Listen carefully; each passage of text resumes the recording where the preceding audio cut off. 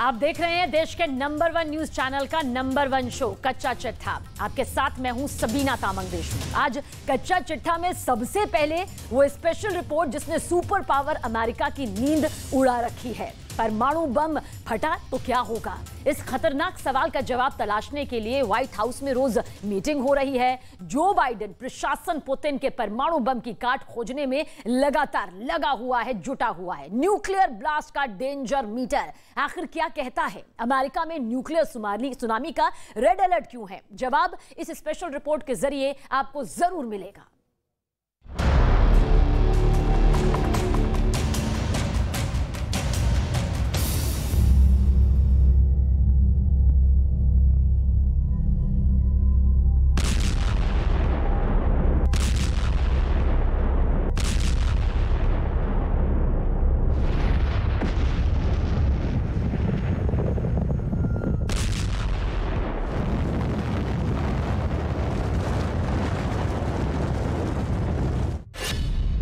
परमाणु हमले का विकल्प नंबर 1।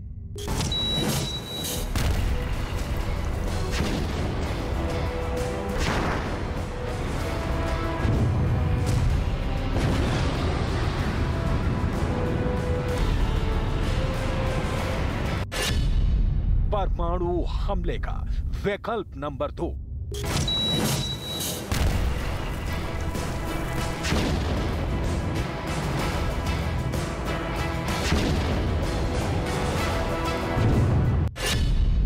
परमाणु हमले का विकल्प नंबर 3।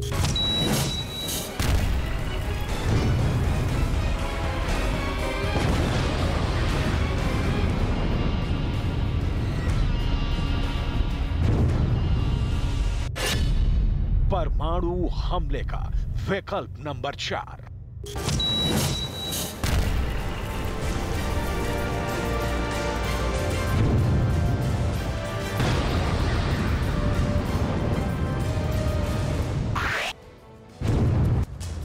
परमाणु हमले के इन 4 विकल्प में से किसी भी एक विकल्प का इस्तेमाल हुआ तो वो होगा जिसे देखकर पूरी दुनिया दहल जाएगी।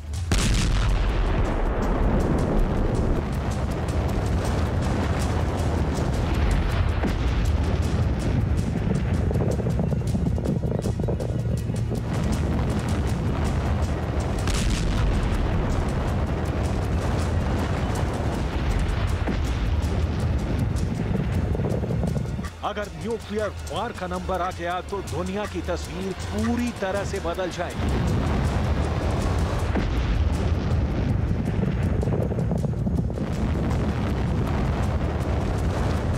परमाणु बम दुनिया के जिस हिस्से पर गिरेगा वो वीरान हो जाएगा, वहां की धरती बंजर हो जाएगी।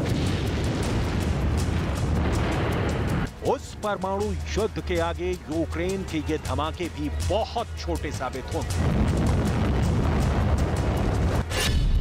ऐसा एक भी दिन नहीं है जब अमेरिका के व्हाइट हाउस में न्यूक्लियर बम पर सीक्रेट मीटिंग नहीं होती। एक भी दिन ऐसा नहीं गुजरता जब बाइडेन प्रशासन अपने एटम बम वाले दुश्मनों पर मंथन नहीं करता। बाइडेन के ऑफिस में रूस के राष्ट्रपति पुतिन की रणनीति पर चर्चा तो होती है, शी जिनपिंग के न्यूक्लियर पावर पर भी प्रेजेंटेशन दिया जाता है। व्हाइट हाउस के उस मीटिंग में उत्तर कोरिया के supreme commander Kim Jong Un को भला कैसे नजरअंदाज किया जा सकता है? दुनिया भर में मशहूर टाइम्स न्यूज़पेपर की स्पेशल रिपोर्ट की हेडलाइन पढ़िए। इसमें साफ साफ और मोटे मोटे अक्षरों में लिखा है, परमाणु युद्ध का जोखिम अब बाइडेन प्रशासन के लिए रोज का मुद्दा बन गया है। अब इस दूसरे हेडलाइन को पढ़ लीजिए। द अटलांटिक में लिखा है, the nukes never went away, यानी न्यूक्लियर बम कभी भी दूर नहीं गए हैं। अब तीसरी हेडलाइन पर नजर दौड़ाइए। इसमें लिखा है, पुतिन परमाणु आपदा हकीकत में कैसी दिखेगी?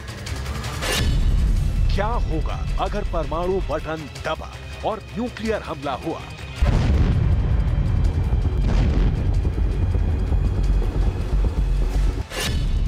पुतिन के टारगेट पर दुनिया के कौन कौन से शहर होंगे?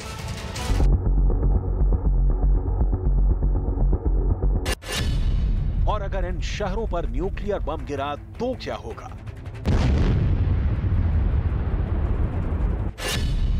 New York, Paris, Washington DC, London, Poland, Chicago, California, Los Angeles.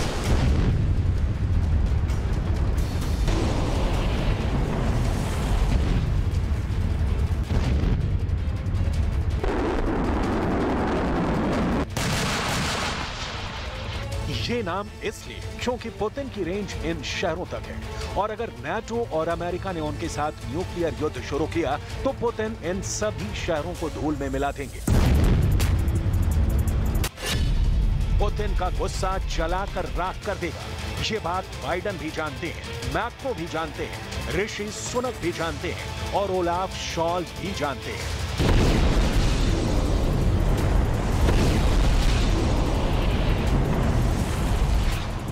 Putin की न्यूक्लियर कमांड इस वक्त पूरी तरह एक्टिव है।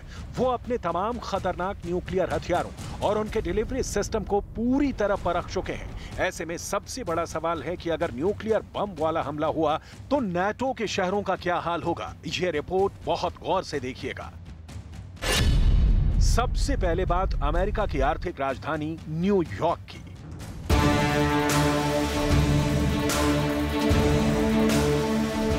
न्यूयॉर्क पर रूस से अगर परमाणु हमला हुआ तो वो लंबी दूरी की रेंज वाली मिसाइलों से होगा और अगर इस शहर के बीचों बीच न्यूक्लियर ब्लास्ट हुआ तो उसका नतीजा देख लीजिए। अगर हमला 500 किलोटन के न्यूक्लियर बम से हुआ, यानी ऐसा बम जो हिरोशिमा पर गिराए गए एटम बम से 30 गुना ताकतवर हो, तो क्या होगा? न्यूयॉर्क शहर के बीचों बीच इस धमाके से करीब करीब पूरा शहर खत्म हो जाएगा। न्यूयॉर्क पर बम गिरा तो शहर के सेंटर में सभी इमारतें धूल में तब्दील हो जाएंगी। पीले और लाल हिस्से में जो कुछ होगा वो पूरी तरह तबाह हो जाएगा। इस दायरे में हर इंसान मारा जाएगा। हरे रंग वाले हिस्से में रेडिएशन से लोग मारे जाएंगे। नीले हिस्से में भी इमारतें ढह जाएंगी। ऑरेंज वाले हिस्से में, जिसमें एम्पायर स्टेट की बिल्डिंग भी है, वहां जो भी होगा बुरी तरह जल जाएगा। ऐसे हमले में न्यूयॉर्क की पहचान यहां की स्काईलाइन, जिसमें ट्रंप टावर भी होगा, और वो तमाम बिल्डिंग होंगी जो हम हॉलीवुड मूवीज में देखते आए हैं, सभी जमींदोज हो जाएंगी। इस हमले में 7 लाख से ज्यादा लोगों की मौत होगी। 11 लाख से ज्यादा लोग बुरी तरह जख्मी हो जाएंगे।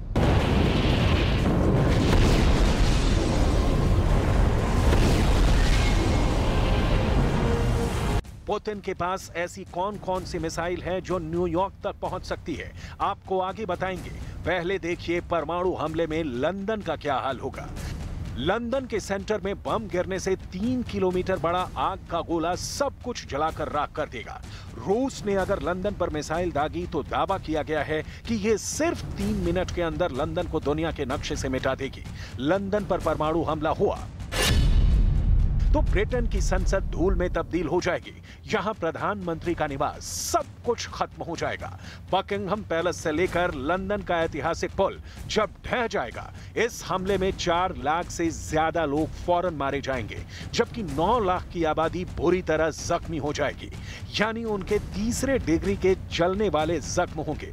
इनमें से भी ज्यादातर लोगों की कुछ ही देर बाद मौत हो जाएगी।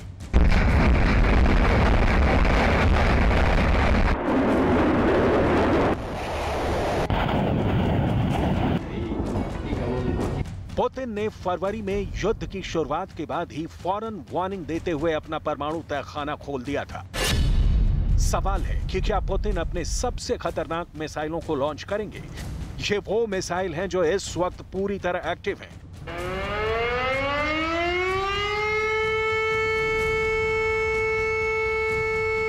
रूस के लगातार हमलों के बीच ज़ेलेंस्की की लाचारी, नाटो की मजबूरी और पुतिन पर लग रहे दादागिरी वाले इल्जाम और न्यूयॉर्क को परमाणु हमले के खिलाफ तैयार करने वाली बातें, इन सबको समझाने के लिए आपको दिखाते हैं पुतिन का परमाणु तहखाना, जिसमें मोबाइल लॉन्चर वाली इस्कंदर मिसाइल है। इसकी रेंज 500 किलोमीटर है। बहुत ही घातक मिसाइल है ये। पनडुब्बी से दागी जाने वाली बोलावा मिसाइल, रेंज 8000 किलोमीटर से भी ज्यादा। RS-36 सैटर्न, जिसे पुतिन का शैतान भी कहते हैं, रेंज सबसे ज्यादा 16,000 किलोमीटर। RS-28, इसकी रेंज 10,000 किलोमीटर से भी ज्यादा है।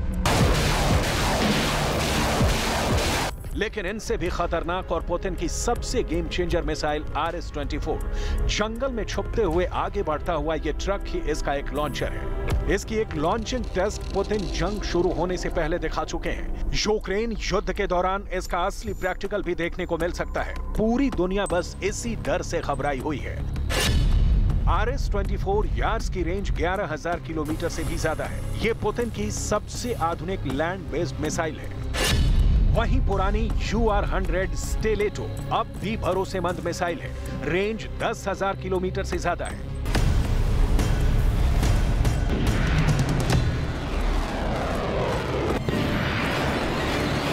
पुतिन के ऑफिस ने तो खुल्लम खुल्ला बोल दिया है कि रूस के अस्तित्व पर खतरा आया तो परमाणु बम का इस्तेमाल नहीं होगा। इसकी कोई गारंटी नहीं दी जा सकती।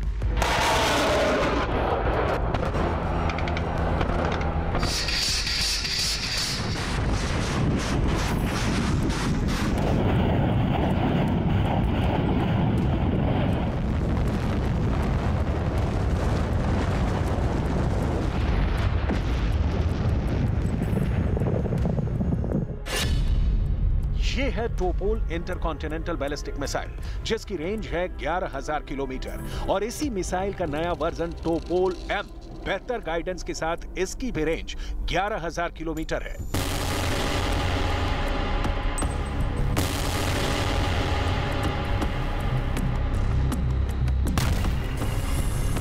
अब सवाल है ये टोपोल कहां तैनात है? टोपोल के दोनों वर्जन क्यों अमेरिका और नाटो के लिए खतरा है?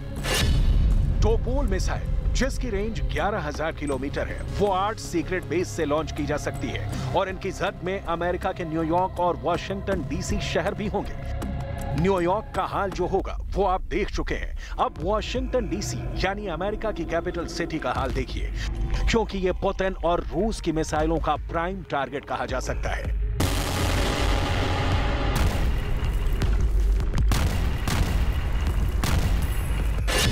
वॉशिंगटन DC के सेंटर में व्हाइट हाउस जर्रे जर्रे में तब्दील हो जाएगा। अमेरिका की संसद पूरी तरह ढह जाएगी। वहां के सुप्रीम कोर्ट का भी सर्वनाश होगा। पीले दायरे में सब कुछ पिघल जाएगा और ऑरेंज दायरे तक तबाही बहुत खतरनाक होगी। वॉशिंगटन DC पर परमाणु हमला हुआ तो करीब 4 लाख लोगों की मौत होगी, जबकि 3 लाख लोग बुरी तरह जख्मी हो जाएंगे।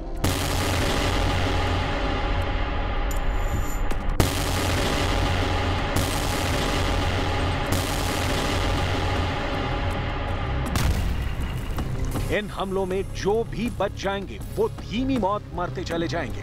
15% लोग तो कैंसर का शिकार हो जाएंगे और फिर उनकी जान चली जाएगी। अमेरिका पर ऐसे हमले का खतरा सबसे ज्यादा है। वॉशिंगटन DC और न्यूयॉर्क ऐसे शहर हैं जो दुनिया के सबसे बड़े पावर सेंटर कहे जाते हैं। न्यूयॉर्क तो ऐसा शहर है जो कभी सोता नहीं, जहां की रौनक दुनिया भर में मशहूर है। टाइम्स स्क्वायर से लेकर मैनहट्टन की गगनचुंबी इमारतें, जहां बिजनेस सेंटर और अपना ऑफिस खोलना दुनिया की बड़ी बड़ी कंपनियों का ख्वाब होता है। जिस शहर की स्काई लाइन दुनिया हॉलीवुड मूवीज में देखती आई है, वहां का मल्टी स्टोरी मेट्रो नेटवर्क और उसमें रोज सफर करने वाले लाखों लोग, वो शहर जिसकी तरक्की देखकर दुनिया भर के देश अपने शहरों की प्लानिंग करते हैं। ऐसे शहरों पर परमाणु हमले की बातें हवा में नहीं की जा रही। अमेरिका से लेकर यूरोप और एशिया तक दुनिया की तमाम मीडिया इसी सवाल को लेकर लेख छाप रही है। एक्सपर्ट अपने कमेंट दे रहे हैं। ये बताता है कि दुनिया पर न्यूक्लियर हमले के खतरे को कितनी संजीदगी से लिया जा रहा है।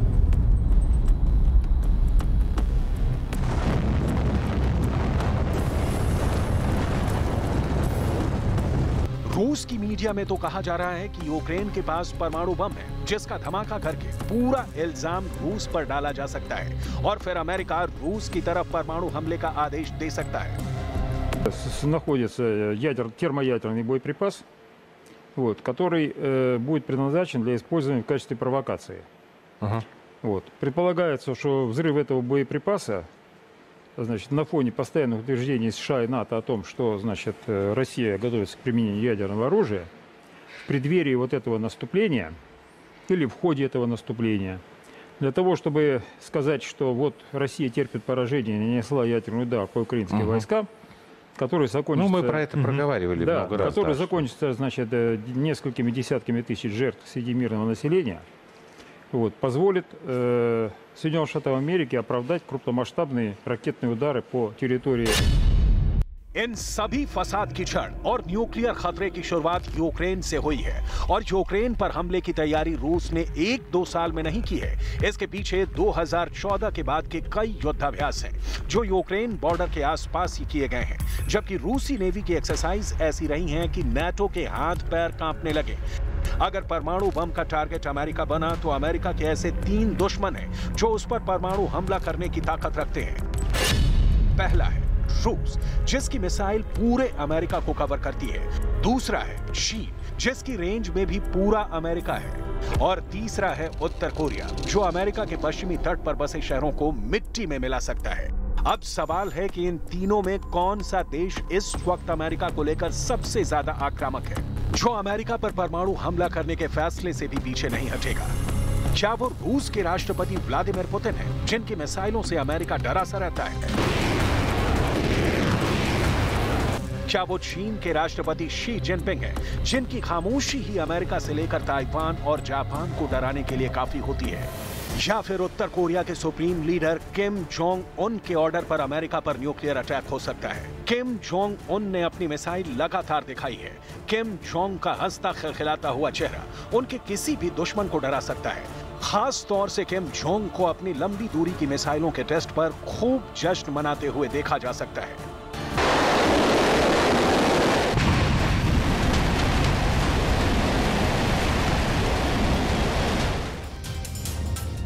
कच्चा चिट्ठा में दूसरी रिपोर्ट युद्ध वाले चोर बाजार पर है और इस चोर बाजार पर पुतिन के कमांडर कादिरोव का बड़ा कंट्रोल भी हो चुका है। रिपोर्ट है कि व्लादिमीर पुतिन के ऑर्डर पर यूक्रेन से बरामद हुए कई हथियार अब चोर बाजार में बेचे जा रहे हैं और इसका सबसे बड़ा खरीदार ईरान बन चुका है।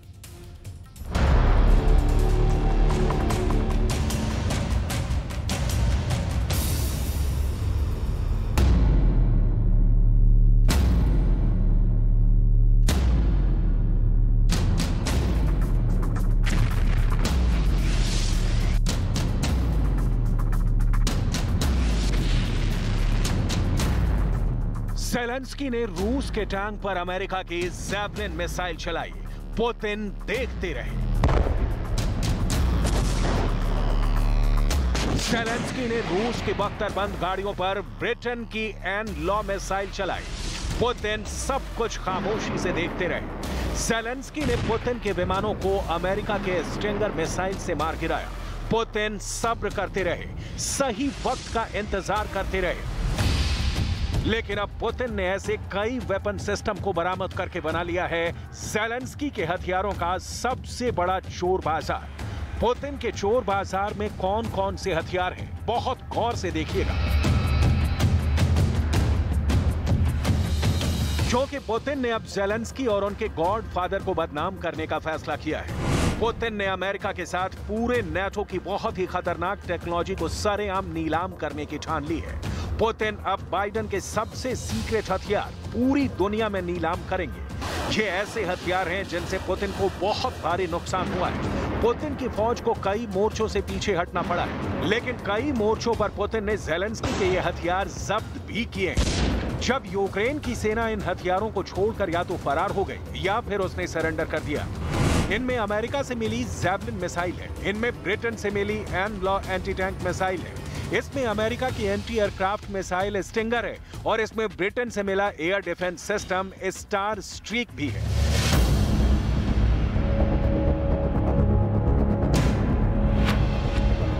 इन 4 हथियारों को लेकर जो बहुत बड़ी रिपोर्ट छप रही है, जो ज़ेलेंस्की के लिए बहुत बड़ी बदनाम करने वाली बातें हैं। अमेरिका से लेकर यूरोप और इजराइल से लेकर एशिया के तमाम अखबारों में यह रिपोर्ट है कि रूस ने ईरान को वो हथियार सौंपने शुरू कर दिए हैं जो अमेरिका ने ज़ेलेंस्की को सौंपे थे। ज़ेलेंस्की की फौज उन हथियारों को मैदान में छोड़कर भागी और वो हथियार अब ईरान के कब्जे में है। ये ऐसे हथियार हैं जिनसे रूस को भी मात खानी पड़ी है। किसी भी युद्ध में टैंक सबसे सुरक्षित और सबसे ताकतवर मशीन मानी जाती है, लेकिन ज़ेलेंस्की को अमेरिका और नाटो ने जो हथियार दिए, उसने इस बात को गलत साबित कर दिया है।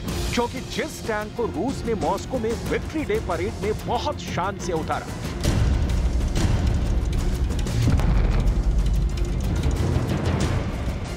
जिस टैंक को पुतिन ने रूस की बख्तरबंद फौलाद वाली ताकत का नायक बताया, हुर्रा!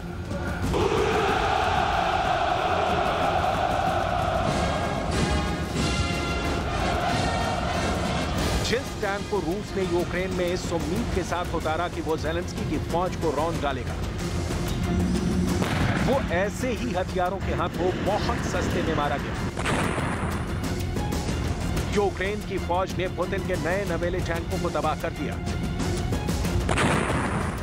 इस वीडियो ने यूक्रेन की वॉर जोन से लेकर मॉस्को में रक्षा मंत्रालय तक भूचाल ला दिया। ये यूक्रेन के खार्किव का वीडियो है, जहां रूस के T-90M टैंक को यूक्रेन की फौज ने एक ऐसी ही मिसाइल से उड़ाया जो उसे अमेरिका ने सप्लाई की थी। इस टैंक की हालत देखिए। किसी भी टैंक कमांडर को जो टैंक की ताकत को बहुत अच्छी तरह से समझता है, उसे T-90M के इस हश्र को देखकर बहुत अफसोस हो रहा होगा।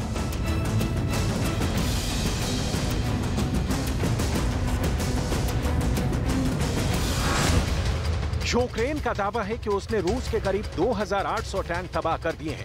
ये आंकड़े कुछ बढ़ा चढ़ाकर दिखाए लगते हैं, लेकिन इसके आधे टैंक भी अगर रूस ने यूक्रेन में खोए हैं तो वो बड़ा नुकसान कहा जाएगा। यही वजह है कि रूस अब जैवलिन और एन-लॉ जैसी मिसाइलों को ईरान भेज रहा है, ताकि ईरान उसकी नकल करके एक नई मिसाइल तैयार कर ले। जाहिर है ये पुतिन और इब्राहिम रईसी के बीच हुई मीटिंग में तय हुआ होगा, क्योंकि ईरान भी अब पश्चिमी देशों वाली तकनीक चाहता है। वो ऐसे हथियार खुद तैयार कर सकता है। ये ईरान ने शाहिद जैसे ड्रोन बनाकर दिखा दिया है। यूक्रेन की फौज और मिलिशिया इस वक्त 2 और तरह के एंटी टैंक वेपन सिस्टम का इस्तेमाल कर रहा है। इसमें अमेरिका से मिला javelin anti tank guided missile system है, जिसकी रेंज 4 किलोमीटर है। एक जैवलिन सिस्टम की कीमत 1 करोड़ रुपए से ज्यादा है, जबकि इसकी एक मिसाइल की कीमत 60 लाख रुपए है। ब्रिटेन से मिला एन-लॉ सिस्टम यानी next generation light anti tank weapon, इसकी रेंज 800 मीटर है। एक एन-लॉ मिसाइल की कीमत 30 लाख रुपए है। ये दोनों टॉप एंगल अटैक वाली मिसाइल है। ये मिसाइल टैंक के ऊपरी हिस्से पर अटैक करती हैं। सभी टैंक साइड से चाहे जितनी मोटी बख्तर क्यों ना ओढ़े हुए हैं, उनका ऊपरी हिस्सा जहां से क्रू बाहर निकलता है, उसकी फौलादी चादर इतनी मोटी नहीं होती। यही वजह है कि जब वहां हमला होता है तो मिसाइल टैंक के अंदर तक घुस जाती है, और तब होता है ऐसा धमाका जिससे टैंक का पूरा क्रू सैकड़ों डिग्री तापमान में पिघल सा जाता है। साथ में टैंक का ऊपरी हिस्सा यानी टर्रेट धमाके के बाद तेजी से ऊपर उड़ जाती है, क्योंकि टैंक के अंदर भी गोले रखे होते हैं, जिन्हें टैंक से दागने के लिए भी इस्तेमाल किया जाता है। यानी टैंक का एमुनिशन जब टैंक में आग लगती है तो उसमें रखे 45 गोले भी एक्टिव हो जाते हैं, और फिर बड़ा सा ऐसा ब्लास्ट होता है जिससे ऊपरी हिस्सा बहुत ऊपर उछल कर गिर जाता है। जैवलिन जैसी मिसाइल की मदद से यूक्रेन की फौज का एंटी टैंक हमलों में कामयाबी का रेट 95% तक रहा है। ऐसी ही कामयाबी उसे ब्रिटेन से मिली एन-लॉ मिसाइल से मिली है, जो किसी भी टैंक या बख्तरबंद गाड़ी पर टॉप एंगल अटैक करने के लिए बहुत ही बेहतरीन हथियार माना जाता है। ब्रिटेन अब तक यूक्रेन को 5000 से ज्यादा एन-लॉ मिसाइल दे चुका है। इसके अलावा यूक्रेन ने ब्रिमस्टोन एंटी शिप मिसाइल भी यूक्रेन को दी है। यूक्रेन को ब्रिटेन से Starstreak air defence system मिल चुका है। रूसी टैंक पावर की बैकबोन कहे जाने वाले T-72 और T-90 और BMP जैसी कई इन्फेंट्री फाइटिंग व्हीकल इस युद्ध में खिलौनों की तरह तबाह कर दिए गए। ऐसे ही हमलों में मिसाइलों को देखकर रूस की फौज कई जगह अपने टैंक और बख्तरबंद गाड़ी छोड़कर भी भागी है।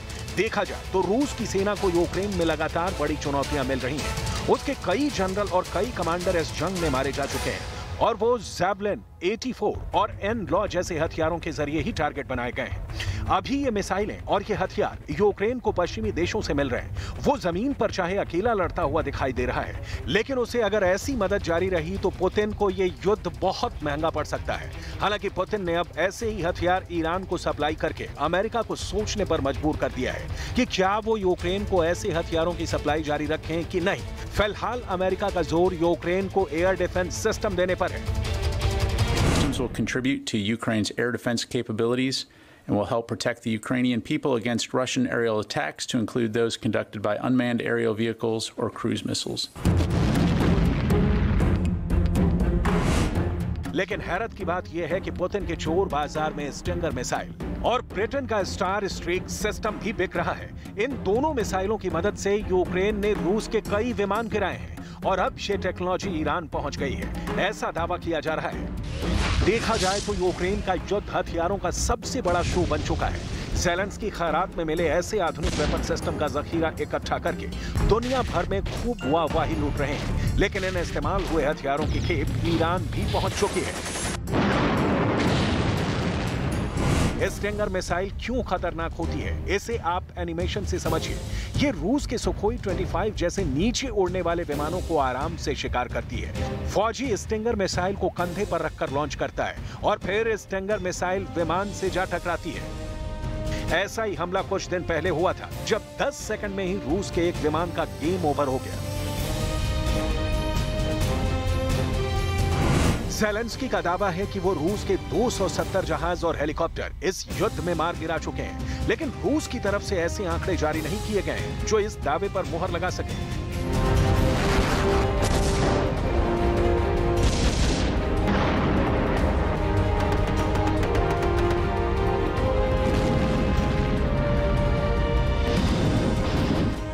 स्टिंगर मिसाइल ज़ेलेंस्की के पास रूस को नुकसान पहुंचाने वाले बड़े हथियार में है, जिसे लेकर रूस के पायलट भी दहशत में हैं और वो यूक्रेन पर जब नीची उड़ान भरते हैं तो हमेशा उनको मारे जाने का खतरा सताता है। स्टिंगर एक मैन पैड सिस्टम है, यानी man portable air defence system, जो आमतौर पर कंधे पर रखकर ऑपरेट किया जाता है, या कहीं की ऐसी मिसाइल जो एक फौजी कहीं भी उठाकर ले जा सकता है और वो उसे अकेला फायर कर सकता है, और ये 5000 मीटर की रेंज तक दुश्मनों के विमानों, उनके हेलीकॉप्टर और ड्रोन को मार गिरा सकती है।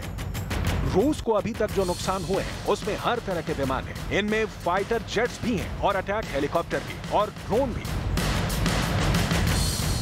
विमानों में सुखोई 24 से लेकर सुखोई 25 और सुखोई 27 विमान हैं, जबकि आधुनिक जेट्स में सुखोई 30 से लेकर सुखोई 34 से लेकर सुखोई 35 विमान भी हैं। हेलीकॉप्टर में रूस ने अपने पुराने Mi-35 से लेकर नए और बहुत आधुनिक कमो 52 हेलीकॉप्टर्स का भी नुकसान उठाया है। यूक्रेन के पास इस वक्त करीब 1000 से ज्यादा स्टिंगर मिसाइल है, जो उसे अमेरिका से मिली है। अब ये मिसाइल ईरान के पास पहुंचेगी तो ईरान के वैज्ञानिक इसका कॉपी वर्जन तैयार करेंगे और फिर यही मिसाइल अमेरिका के खिलाफ इस्तेमाल की जाएगी, इसकी पूरी गारंटी है। लेकिन स्टिंगर 5000 मीटर की ऊंचाई तक उड़ने वाले टारगेट पर ही हमला कर सकती है, जबकि यूक्रेन को मिले नए नेसम्स की मिसाइल 21000 मीटर की ऊंचाई पर उड़ रहे फाइटर जेट को गिरा सकती है। वैसे ही युद्ध के चोर बाजार में एक नया नाम उत्तर कोरिया के किम जोंग उन का भी उठा है। अमेरिका का दावा है कि उत्तर कोरिया पुतिन को काले बाजार के रास्ते तोप के बड़े-बड़े गोले सप्लाई कर रहा है। DPRK is covertly supplying Russia with a significant number of artillery shells. We'll continue to monitor that situation, but I'm not going to have any additional details to provide beyond that. Thank you.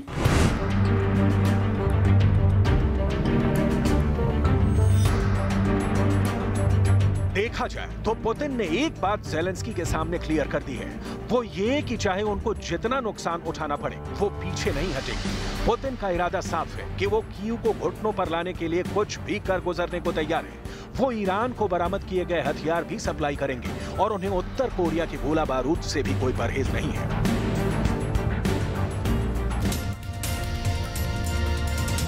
Zelensky ये बात जानते हैं कि रूस Ukraine पर हमला तभी बंद करेगा जब यूक्रेन जबरदस्त पलटवार करेगा, और पलटवार का मतलब है रूस के अंदर घुसकर हमला करना। कीव के अखबारों में अब ऐसे लेख छापे जा रहे हैं जो पुतिन को बेचैन कर सकते हैं। ये रिपोर्ट जरूर देखिए और समझिए कि यूक्रेन इस वक्त किस बड़े हमले की तैयारी में जुटा है।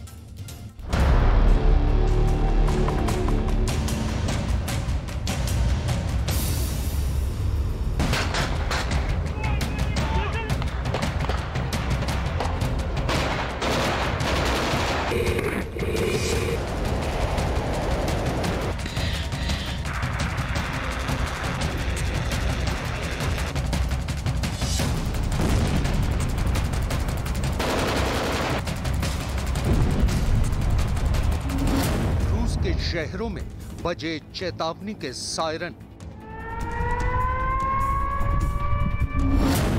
सेंट पीटर्सबर्ग में हमले की चेतावनी। रूस के शहर वोल्गोराड में भी चेतावनी के सायरन की गूंज।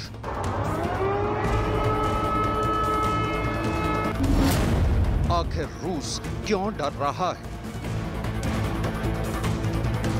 रूस अपने शहरों में एयर रेड सायरन क्यों बजवा रहा है? क्या यूक्रेन के पास कोई ऐसी मिसाइल है जो इतनी लंबी दूरी तक वार कर सके कि रूस के शहरों को दहला सके? रूस के इस भय का पूरा विश्लेषण हम करेंगे और इसके अलावा आपको दिखाएंगे युद्ध भूमि के सबसे खौफनाक वो वीडियो जो इस वक्त पूरी दुनिया में ट्रेंड कर रहे हैं। साथ ही आपको ये भी बताएंगे कि रूस के अंदर 3 लाख की नई सेना इकट्ठा करने के मामले में पुतिन ने रूस के एक गवर्नर को बुलाकर उसकी क्लास क्यों लगाई है। लेकिन सबसे पहले हम बात करेंगे रूस के नए जनरल की। रूस ने अपने सेंट्रल मिलिट्री डिस्ट्रिक्ट के कमांडर के पद पर अब एक नया जनरल तैनात कर दिया है, जिसका नाम है मेजर जनरल अलेक्जेंडर लिनकोव। लिनकोव को कमांडर कर्नल जनरल अलेक्जेंडर लेपिन की जगह लाया गया है। अलेक्जेंडर लेपिन से पुतिन बहुत ज्यादा नाराज थे। अलेक्जेंडर लेपिन खार्किव को डिफेंड करने में पूरी तरह से नाकाम रहे। खार्किव पर कब्जा जमाने के बाद यूक्रेन की सेना ने इज्यूम और लीमान पर भी कब्जा जमा लिया है और इसके लिए भी लेपिन को ही जिम्मेदार माना गया था।